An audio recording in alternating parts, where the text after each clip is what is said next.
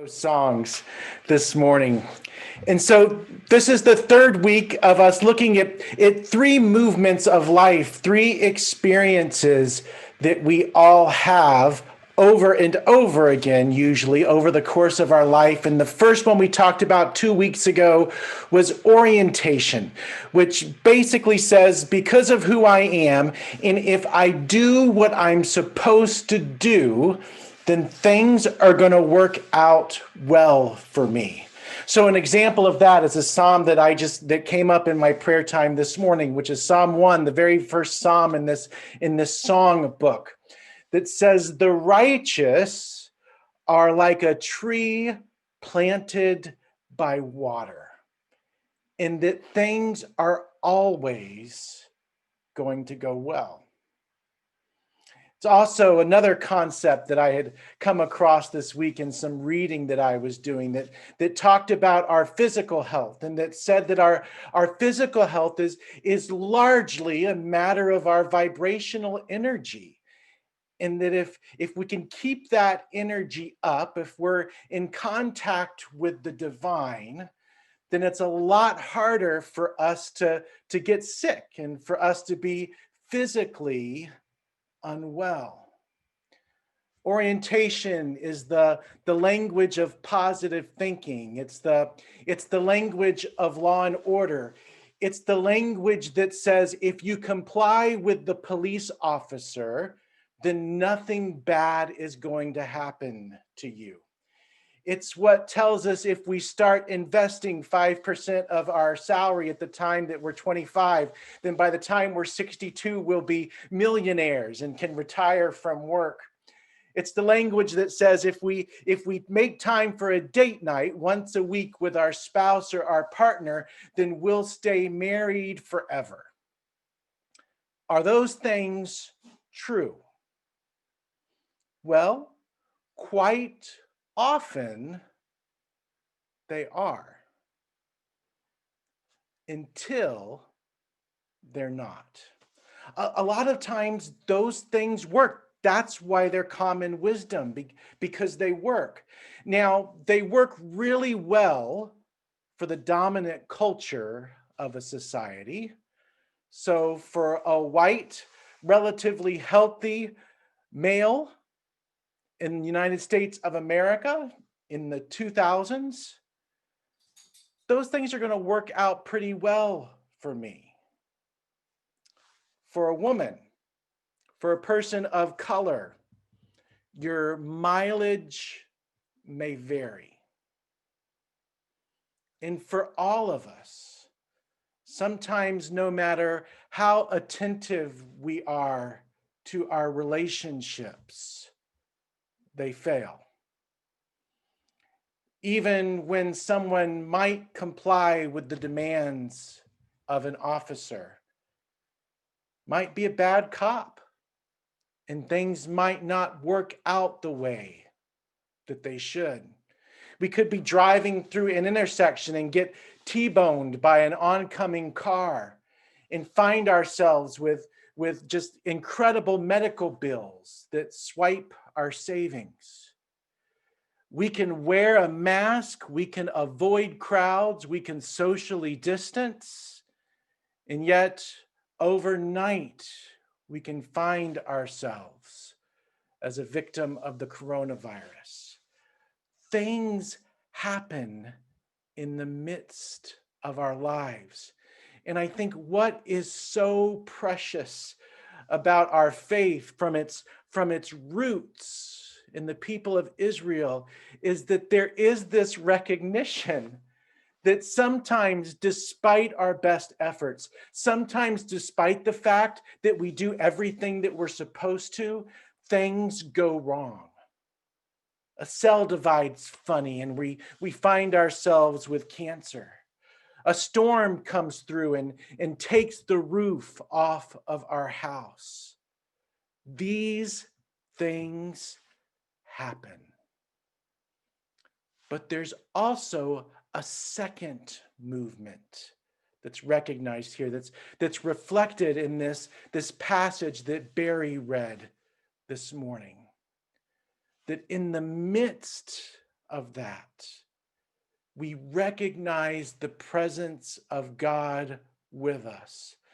And even in the midst of the challenges and the darkness, new life can come. That's the essence of our faith.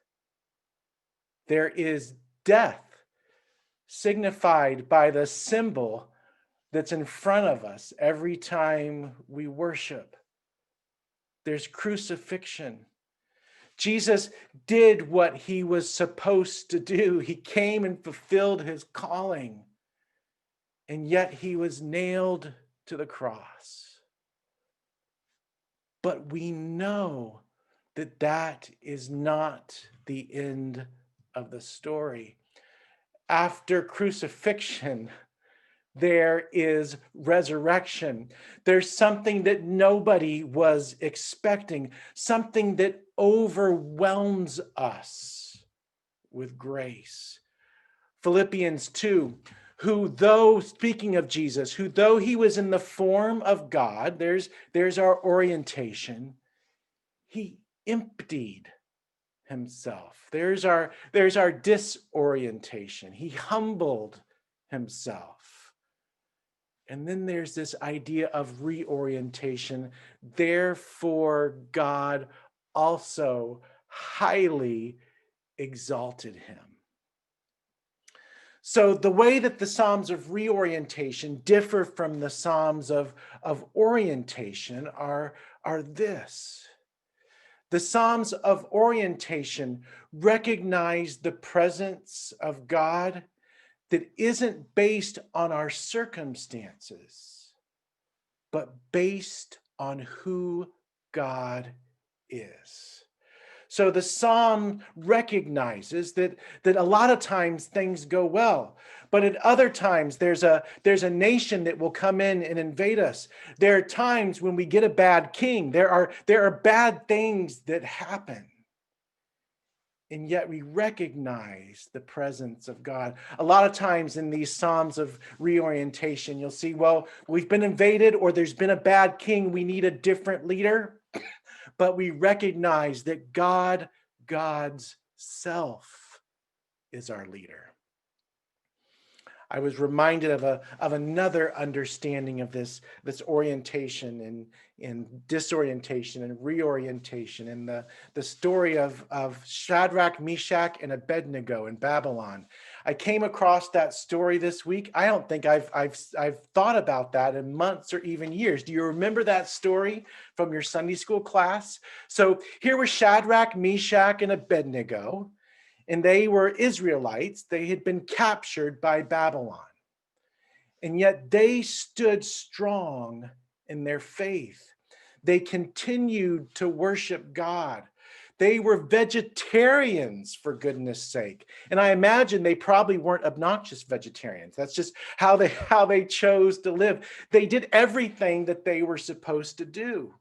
And as a result of that, things went well for them in Babylon. King Nebuchadnezzar loved them, and they rose through the ranks of society, even though they were foreigners. They recognized the success in their life, and they did well. And yet someone came along that was jealous of them. And so they reported to King Nebuchadnezzar that these weren't bowing to the king. They continued to only bow to God. And although the king was sad, he said, well, we can't let that be. We'll lose control of everything. So do you remember what happened to the three? They were thrown in the furnace. What an incredible story. What an incredible myth that reveals to us this idea of orientation, disorientation, reorientation. They were thrown into the fiery furnace and everybody was standing around waiting to watch them burn. And yet what happens? There's a fourth presence that appears. There's Shadrach, Meshach, Abednego, and another that is present there with them in the midst of the furnace. They still had to go through the furnace.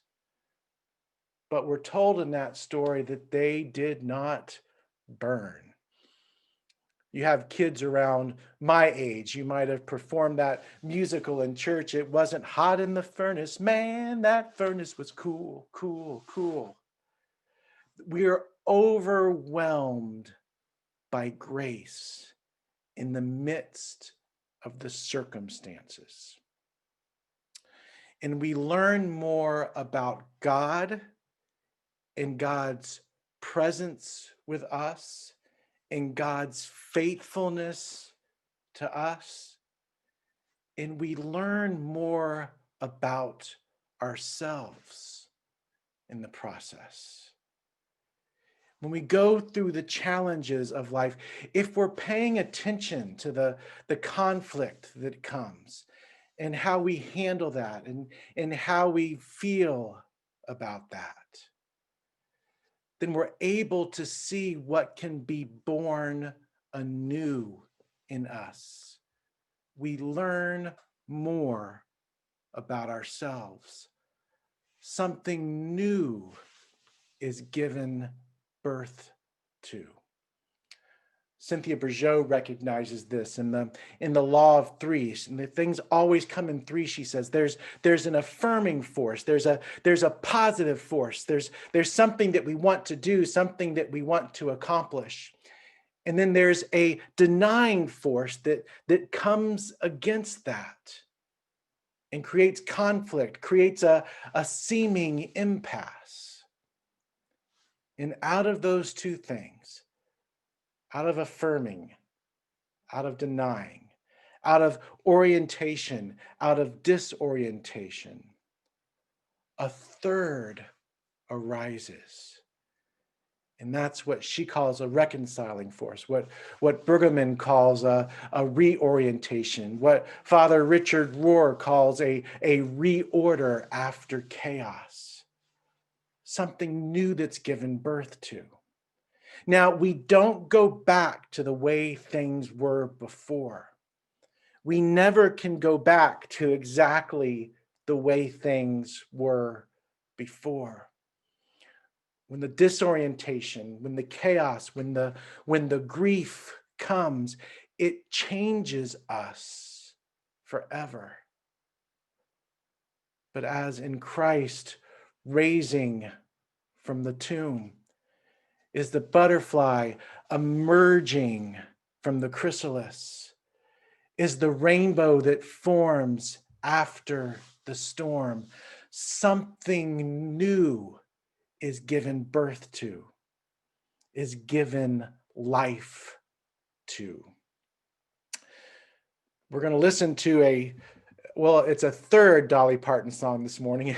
It was going to be a second one, but it turns out it's our third.